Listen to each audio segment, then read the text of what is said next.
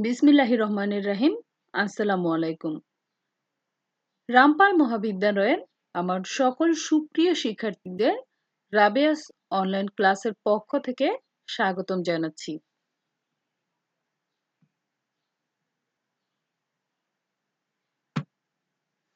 আমি আছি তোমাদের সাথে রাবেয়া খাতুন, প্রভাষক, ইসলামের ইতিহাস ও সংস্কৃতি বিভাগ, রামপাল মহাবিদ্যালয় থেকে।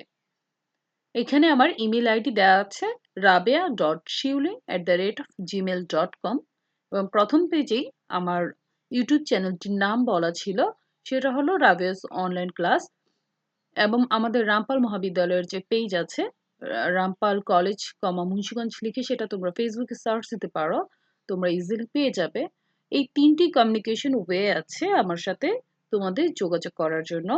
তো এই 3টি কমিউনিকেশন ওয়েগুলোর নাম আমি প্রথমেই তোমাদের বলে দিলাম। আজ যাদের জন্য আমি আমার এই লেকচারটি প্রস্তুত করেছি তারা হলো রামপাল মহাবিদ্যালয়ের ডিগ্রির প্রথম বর্ষের ছাত্রছাত্রী।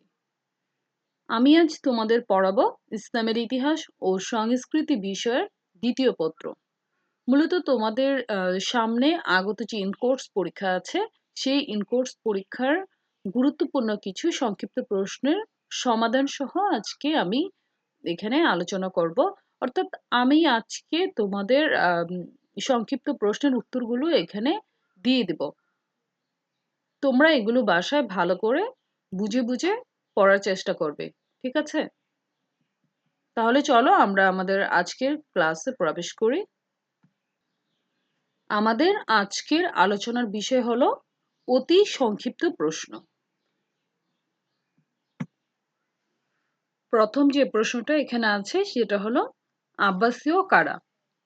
তোমরা জানো যে মক্কার বিখ্যাত কুরাইশ বংশের যে হাশিমি গোত্র ছিল, সেই হাশিমি গোত্রের সদস্য ছিলেন আব্দুল্লাহ ইবনে আব্বাস। মূলত এই আব্দুল্লাহ ইবনে আব্বাসের বংশধররাই ইতিহাসে আব্বাসীয় নামে পরিচিত। তাহলে এটার উত্তর কি হবে? সেটা হলো মক্কার বিখ্যাত কুরাইশ বংশের হাশিমি গোত্রের সদস্য আব্দুল্লাহ ইবনে আব্বাসের বংশধররা ইতিহাসে আব্বাসীয় নামে বা আব্বাসী নামে পরিচিত। তার পরের প্রশ্নটা হলো কোন যুদ্ধের মাধ্যমে আব্বাসীয় রাজবংশ প্রতিষ্ঠিত হয়? এটা 750 খ্রিস্টাব্দে জাব নদীর তীরে একটি যুদ্ধ সংগঠিত হয়েছিল। সেটাকে সেটার যে জায়গাটার নাম, মানে যুদ্ধ যেখানে হয়েছিল সেই যুদ্ধের নাম অনুসারেই এই যুদ্ধের নাম হয়েছে তোমার জাব জাব বা জাবের যুদ্ধ। তো এই জাবের যুদ্ধের মাধ্যমে আসলে আব্বাসীয় রাজবংশ প্রতিষ্ঠিত হয়েছিল। এটার তাহলে কি হবে? উত্তরটা হবে 750 খ্রিস্টাব্দে জাব নদীর তীরে সংগঠিত জাবের যুদ্ধ জয়লাভের মাধ্যমে আব্বাসীয় রাজবংশ প্রতিষ্ঠিত হয়েছিল। তার পরের প্রশ্ন হলো আব্বাসীয়দের রাজধানী কোথায় ছিল? আব্বাসীয়দের রাজধানী ছিল বাগদাদ, অর্থাৎ বাগদাদ নগরীতে, যেটা বর্তমানে কোথায় অবস্থিত? যেটা বর্তমানে ইরাকে অবস্থিত। 4 নম্বর প্রশ্ন, আব্বাসীয় বংশে মোট কতজন খলিফা ছিলেন? এটার উত্তর হবে আব্বাসীয় বংশে মোট 37 জন খলিফা ছিলেন। 5 নম্বর প্রশ্ন, আস-সাফা শব্দের অর্থ কি? আস-সাফা শব্দের অর্থ হলো রক্ত পিপাসু। এই আস-সাফা বলা হয়ে থাকে আব্বাসীয় বংশের যে প্রতিষ্ঠাতা ছিলেন আবুল আব্বাস, তাকে বলা হয়ে থাকে আস-সাফা বা রক্তপিপাসু। মূলত তিনি নিজেই এই উপাধিটা গ্রহণ করেছিলেন।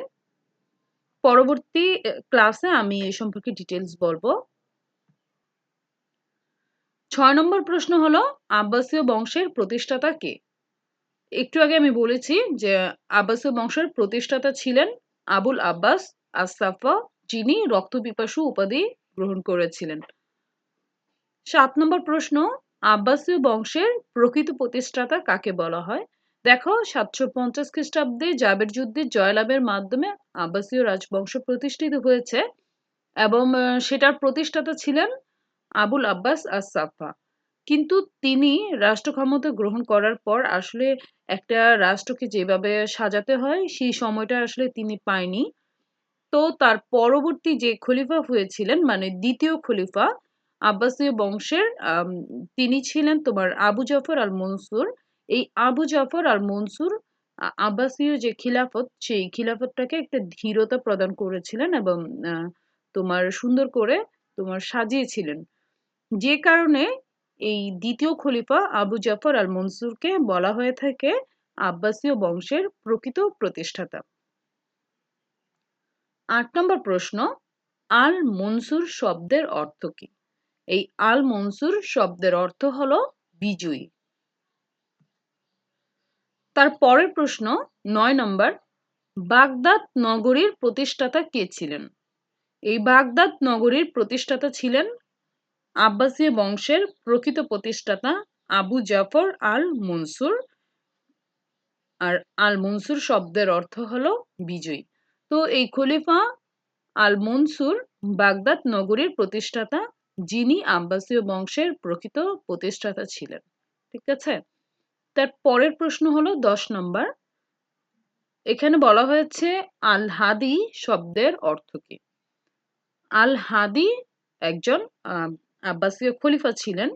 এই আব্বাসীয় খলিফা আল হাদি শব্দের অর্থ হলো পথ প্রদর্শক, যিনি পথের বিভিন্ন তোমার পথ প্রদর্শক শব্দের অর্থ হলো যিনি পথ সম্পর্কে দিক নির্দেশনা দিয়ে থাকেন। ১১ নম্বর প্রশ্ন, কাকে অ্যারাবিয়ান জোয়ান অফ আর্ক বলা হয়? এটা ইতিহাসে খুবই নামকরা একটা শব্দ, দ্য জোয়ান অফ আর্ক। হ্যাঁ, এটা আসলে অ্যারাবিয়ান জোয়ান অফ আর্ক। তো দেখো কাকে বলা হয় অ্যারাবিয়ান জোয়ান অফ আর্ক। বিদ্রোহী ওয়ালিদ বিন আরিফের ভগ্নী অর্থাৎ বোন লায়লা বা আলফারিয়াকে বলা হয় অ্যারাবিয়ান জোয়ান অফ আর্ক। কাকে বলা হয়? এটা কিন্তু জোয়ান অফ আর্ক না, এটা হলো অ্যারাবিয়ান জোয়ান অফ আর্ক। তাহলে এটার উত্তর হবে বিদ্রোহী ওয়ালিদ বিন আরিফের ভগ্নী লায়লা বা আলফারিয়াকে বলা হয় অ্যারাবিয়ান জোয়ান অফ আর্ক। ১২ নম্বর প্রশ্ন হলো বার্মাকি বংশের প্রতিষ্ঠাতা কে ছিলেন? মূলত বার্মাকি যে বংশ সেটা একটা উজির পরিবার ছিলেন। এই যে তারা একটি তোমার একটি বংশ প্রতিষ্ঠা করেছিলেন, সেটা হলো তোমার বার্মাকি বংশের প্রতিষ্ঠাতা ছিলেন খালিদ বার্মাক। আম, তাহলে দেখো যে বার্মাকি বংশের প্রতিষ্ঠাতা কে ছিলেন, সেটার উত্তর হবে বার্মাকি বংশের প্রতিষ্ঠাতা ছিলেন খালিদ বার্মাক।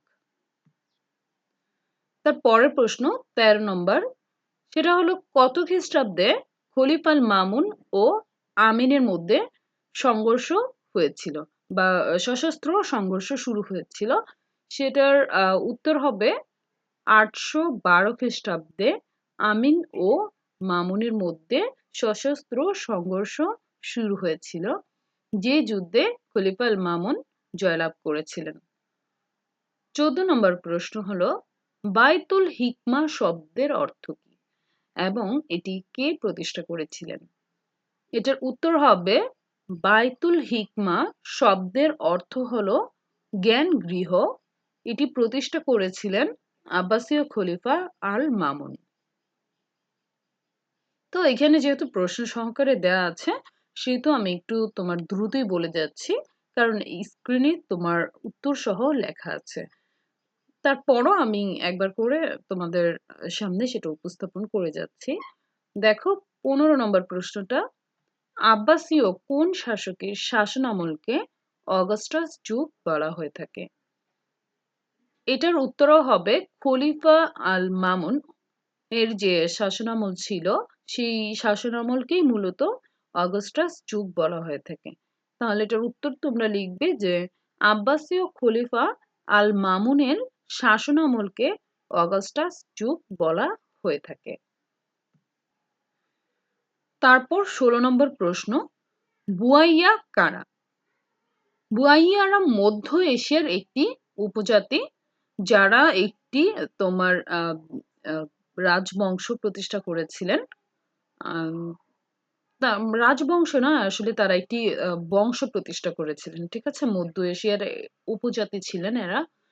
তার পরের প্রশ্ন হলো ১৭ নম্বর প্রশ্ন, বাগদাদে সেলজুক বংশের প্রকৃত প্রতিষ্ঠাতা কে ছিলেন? বাগদাদে যে একটা তোমার সেলজুক বংশ প্রতিষ্ঠিত হয়েছিল, সেই বংশের প্রকৃত প্রতিষ্ঠাতা ছিলেন তোমার তুগরিল বেগ। তারপরে ১৮ নম্বর প্রশ্ন, গুপ্তঘাতক সম্প্রদায়ের নেতা কে ছিলেন? তোমরা যখনই তোমার আরবের ইতিহাস পড়বে তখনই আসলে গুপ্তঘাতক সম্পর্কে তোমরা অবগত হবে এবং হয়েছ। গুপ্তঘাত গুপ্তঘাতক সম্প্রদায় কিন্তু তোমার এমন একটা সম্প্রদায় ছিল, যারা বিভিন্ন সময়ে তোমার বিভিন্ন খলিফাদের শাসনামলে এরা তোমার বিভিন্ন সময় মানে উত্তেজনাকর একটা পরিবেশ সৃষ্টি করেছিল। বিভিন্ন সময়ে এরা খলিফাদেরকে আক্রমণ করত। তাছাড়া তোমার যারা ইসলাম বিরোধী কাজকর্ম করত তাদের বিরুদ্ধেও তোমরা অনেক সময় এরা আক্রমণ আম আক্রমণ করত বা অভিযান পরিচালনা করতেন, হ্যাঁ? যেমন বলা হয়ে থাকে খলিফা আলী রাদিয়াল্লাহু তাআলা আনহু কে যে হত্যা করা হয়েছিল, আততায়ীর হাতে যে হত্যা আ হয়েছে, মানে তার যে মৃত্যু হয়েছিল, সেটার কারণ হিসেবে বলা হয়ে থাকে যে গুপ্তঘাতক সম্প্রদায় এর জন্য দায়ী ছিলেন। তো এই গুপ্তঘাতক সম্প্রদায়ের নেতা কে ছিলেন? গুপ্তঘাতক সম্প্রদায়ের নেতা ছিলেন তোমার হাসান বিন সাবা।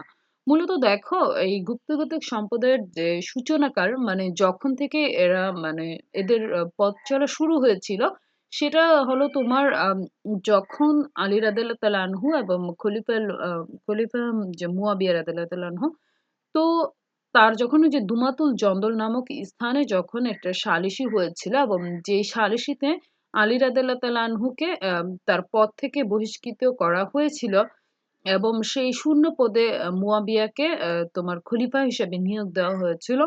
তখন সেই আ যে সালিসিটা ছিল, সেই সালিসিটাকে অস্বীকার করে খারিজি খারিজিরা তোমার যখন মানে একদল লোক দলত্যাগ চলে গিয়েছিল, তারা মূলত খালিজি নামে পরিচিত। তো এই খারেজিদের মতোই আসলে গুপ্তঘাতক সম্প্রদায় তখনই তোমার আ খারিজিরা যখন একটা দল গঠন করেছিল, ঠিক তেমনি ভাবে খারিজিদের মতো এই গুপ্তঘাতক সম্প্রদায়েরও তখন তোমার সৃষ্টি হয়েছিল। তারপর ১৯ নম্বর প্রশ্ন, সেটা হলো ক্রুসেড শব্দের অর্থ কি? দেখো, ক্রুসেড শব্দের অর্থ হলো ধর্মযুদ্ধ, যেটা তোমার দীর্ঘকাল প্রায় ১০০ বছরের কাছাকাছি সময় পর্যন্ত এটা তোমার মানে এই যুদ্ধটা চলমান ছিল। এই তথ্যটা একটু দেখতে হবে। এক্সাক্টলি তোমার কতদিন এই যুদ্ধটা চলেছিল, এই ইনফরমেশনটা আমি তোমাদের পরবর্তী ক্লাসে দিয়ে দিব, হ্যাঁ? তারপর ২০ নম্বর প্রশ্ন দেখো, বাগদাদ নগরী ধ্বংস করেন কে, কখন? ১২৫৮ খ্রিস্টাব্দে বাগদাদ নগরী ধ্বংস করেছিলেন মঙ্গোল নেতা হালাকু খান। এই প্রশ্নটা কিন্তু খুবই গুরুত্বপূর্ণ। তোমাদের বিভিন্ন সময় কিন্তু বাগদাদ নগরী যদি প্রশ্ন হয়ে থাকে, যেমন সংক্ষিপ্ত প্রশ্ন আকারে যদি আসে, তাহলে কিন্তু বাগদাদ নগরী প্রতিষ্ঠাতা কে ছিলেন এবং বাগদাদ নগরী কিভাবে প্রতিষ্ঠিত হয়েছে, কখন প্রতিষ্ঠিত হয়েছে, তারপর কোন কোন শাসকের আমলে বাগদাদ নগরী সমৃদ্ধ লাভ করেছে, এই বিষয়গুলো সবগুলোই কিন্তু তোমার ওই প্রশ্নতে ফুটিয়ে তুলতে হবে, হ্যাঁ? তারপরে কিন্তু যখন শেষ করবে, তখন এই যে তোমার বলা হয়েছে ১২৫৮ খ্রিস্টাব্দে বাগদাদ নগরী ধ্বংস করেছিলেন মুঘল নেতা হালাকু খান। এই যে ১ম থেকে শেষ পর্যন্ত যে বাগদাদ নগরীর যে গুরুত্বপূর্ণ ঘটনাগুলো আছে, সেই ঘটনাগুলো কিন্তু তোমাদের ওই প্রশ্নটাতে তুলে ধরতে হবে। তবে অতি সংক্ষিপ্ত প্রশ্নতে নয়, সেটা হলো তোমার সংক্ষিপ্ত প্রশ্নতে।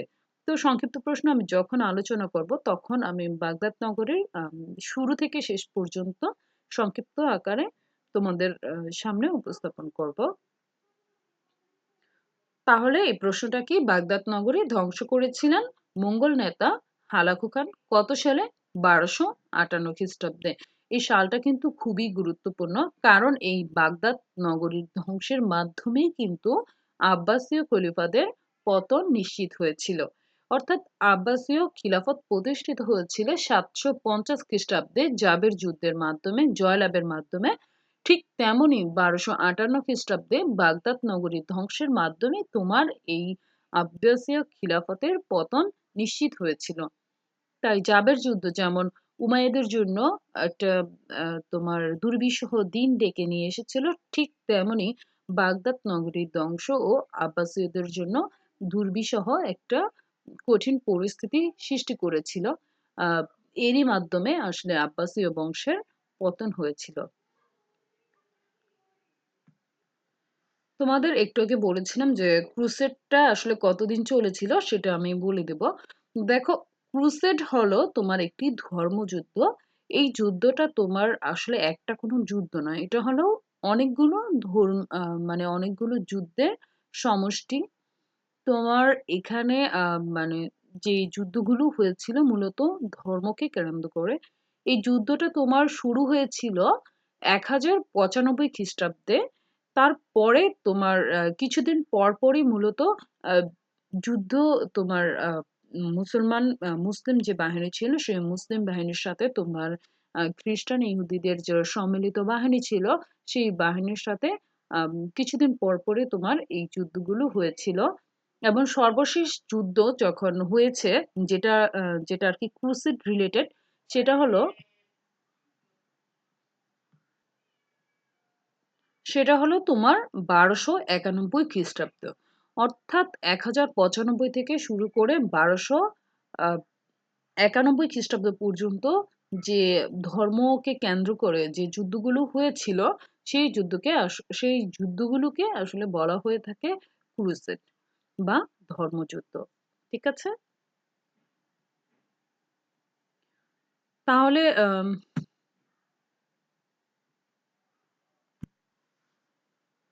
তাহলে আজ আমি এখানেই এই ক্লাসটি শেষ করব, এবং পরবর্তী ক্লাসে আমি তোমাদের কে সংক্ষিপ্ত যে প্রশ্নগুলো আছে সেই সংক্ষিপ্ত প্রশ্নগুলো নিয়ে আলোচনা করব। তোমরা ইতিমধ্যে এই বিষয়গুলো, যেগুলো আমি তোমাদেরকে দিয়েছি আজকের ক্লাসে, সেগুলো তোমরা পেয়েছো। সেগুলো তোমরা ভালো করে বাসায় প্র্যাকটিস করো, এবং আমি যখন সংক্ষিপ্ত প্রশ্নগুলো দিব তখন সেই প্রশ্নগুলো আমি সমাধান সহকারে দিব, তখন তোমরা সেগুলো পেয়ে যাবে। তো আজ আমি এখানেই শেষ করি। সুস্থ থাকো, নিরাপদে থাকো, আর বেশি বেশি করে স্টাডি করো, আল্লাহর কাছে প্রার্থনা করো। ঠিক আছে? ভালো থাকো। আল্লাহ হাফেজ।